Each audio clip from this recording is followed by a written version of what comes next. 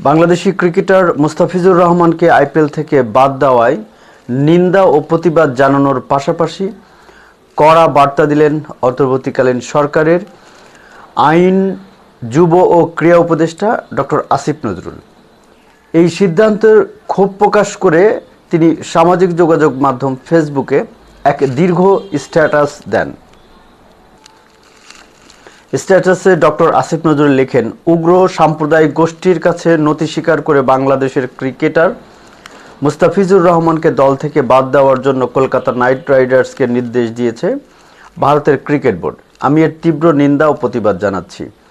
ক্রীড়া মন্ত্রণালয়ের দায়িত্বপ্রাপ্ত মন্ত্রী হিসাবে আমি ক্রিকেট কন্ট্রোল বোর্ডকে বলেছি তারা যেন আইসিসির কাছে পুরো বিষয়টি ব্যাখ্যা করে।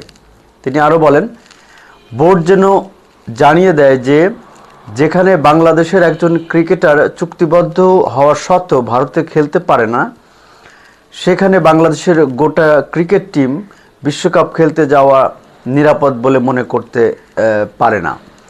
বোর্ড থেকে বাংলাদেশের বিশ্বকাপ খেলাগুলো শ্রীলঙ্কায় অনুষ্ঠিত করার অনুরোধ জানানোর নির্দেশনাও আমি দিয়েছি। আমি তথ্য সম্প্রচার মন্ত্রীকে অনুরোধ করেছি বাংলাদেশের আইপিএল খেলার সম্প্রচার যেন বন্ধ করে দেওয়া হয়। সর্বশেষ ক্রীড়া উপদেষ্টা লেখেন, আমরা কোনো অবস্থাতেই বাংলাদেশের ক্রিকেট, আমাদের ক্রিকেটার এবং বাংলাদেশকে অবমাননা মেনে নেব না। গোলামির দিন শেষ। এদিকে ভারতে ঘিরে তৈরি হওয়া সাম্প্রতিক পরিস্থিতিতে আন্তর্জাতিক ক্রিকেটে বড় পদক্ষেপ নিতে যাচ্ছে বাংলাদেশ ক্রিকেট বোর্ড। রোববার আন্তর্জাতিক ক্রিকেট কাউন্সিলের কাছে আনুষ্ঠানিক চিঠি পাঠানোর সিদ্ধান্ত নিয়েছে বাংলাদেশ ক্রিকেট বোর্ড বিসিবি।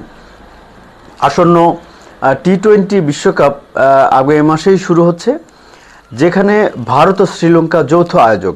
সূচি অনুযায়ী বাংলাদেশের গ্রুপ পর্বের 4 ম্যাচের মধ্যে 3টি কলকাতায় এবং 1টি মুম্বাই অনুষ্ঠিত হওয়ার কথা। তবে আইপিএল থেকে মুস্তাফিজকে বাদ দেওয়ার ঘটনার পর দুই দেশের রাজনৈতিক ও নিরাপত্তা পরিস্থিতি নতুন করে আলোচনায় এসেছে এবং এই বিষয়টি নিয়ে বাংলাদেশ থেকে চিঠি দেওয়া হবে যে যেন এই খেলাগুলো শ্রীলঙ্কায় নেওয়া হয়।